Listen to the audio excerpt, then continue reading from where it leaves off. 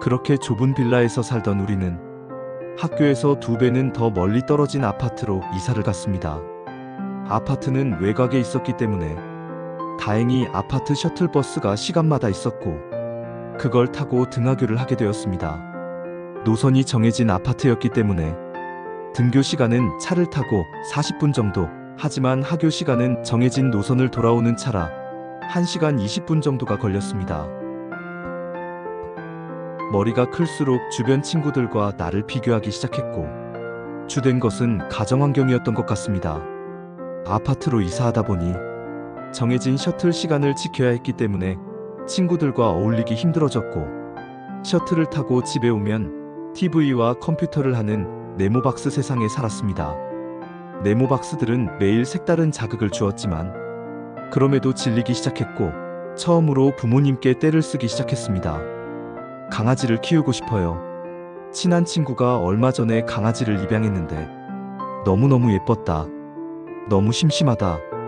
라는 말에 절대 안 된다고 하시던 어머니, 아버지도 내심 싫은 눈치셨지만 놀이터에서 혼자 노는 저를 보시곤 강아지를 분양받게 해주셨습니다. 부모님께서는 합의가 되지 않았는지 불같이 싸우셨고 어머니는 돌려보내라고 화를 내셨습니다.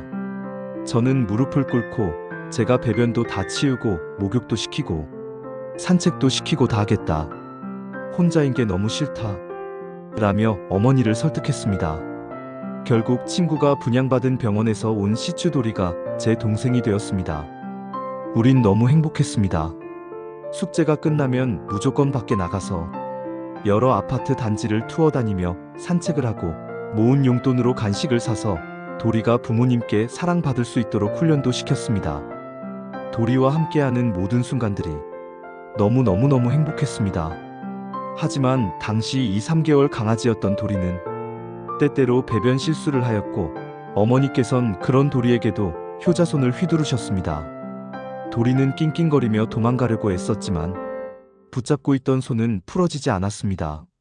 전 심장이 쿵 떨어지는 느낌이 들 만큼 무서웠지만 도리를 지키기 위해 도리를 감싸 안고 매를 대신 맞았고 도리는 그런 어머니를 향해 짖기 시작했습니다.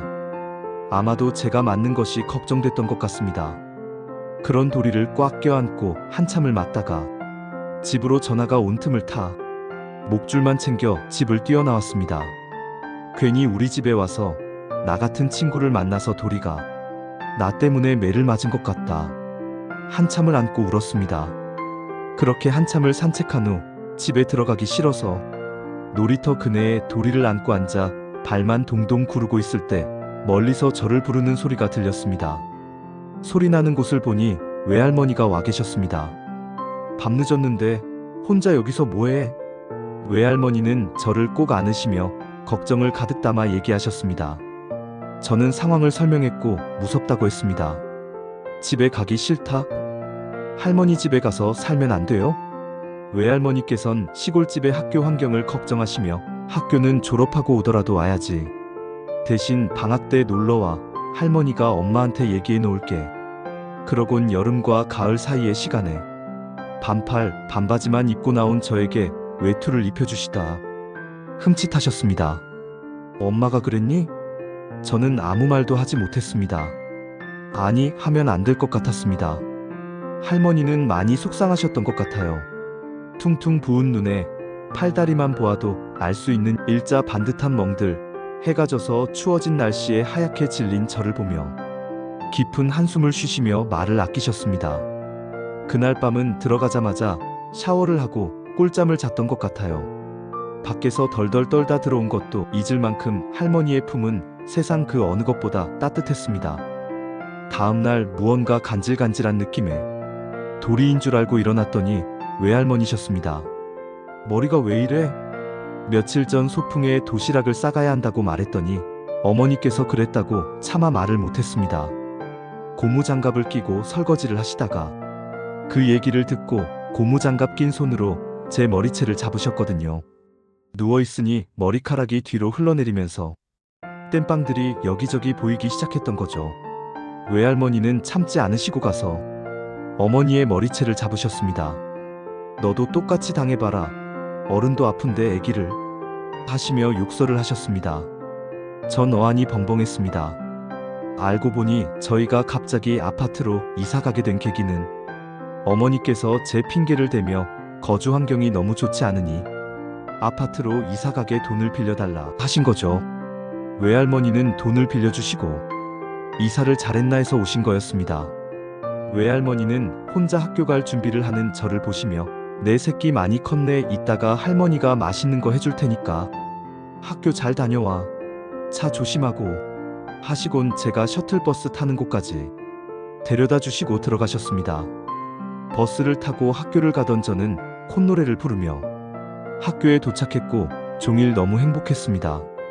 하교한 후 셔틀을 타고 한참을 돌아 집에 돌아온 저를 보신 외할머니께서는 어머니께 제 핸드폰을 사주라고 하셨고, 그간 쓰러지거나 곤란한 상황일 때 공중전화가 없으면 전화를 못하던 이야기를 하시며 엄마를 설득해서 성인 손가락 2개만 한 흑백 폴더폰을 갖게 되었습니다. 우리 반에서 두 번째로 제가 핸드폰을 갖게 된 것이죠. 외할머니의 보따리엔 음식 말고도 이렇게 걱정과 사랑이 가득 담겨 있었고, 유일하게 저를 사랑해주시는 진정한 어른이셨습니다. 새삼글을 쓰다 보니 지나간 기억을 떠올리며 아직도 힘이 들고 겁나지만 그것보다는 외할머니가 사무치게 그립습니다. 누구나 살면서 나에게 잊지 못할 사람이 한 명쯤은 남는 것 같습니다. 물론 그 이상이면 더 좋은 일이죠. 예전 일로, 아니면 지금 현재가 너무 힘드신 분들께 감히 얘기 드리자면 힘들다, 힘들어 죽겠다는 생각에 갇히면 그 생각은 응어리져서 나중엔 감당 못할 무게가 됩니다. 부디 벗어나세요. 아무 생각 없이 좋아하는 예능, 영화, 드라마를 보세요. 단 코믹이어야 합니다. 의미 없이 멍하게 보다가도 한 번씩 피식할 때 소확행을 느끼시고 그 소확행을 루틴처럼 반복하며 여러 곳에서 찾아보시는 것을 일단 추천드립니다.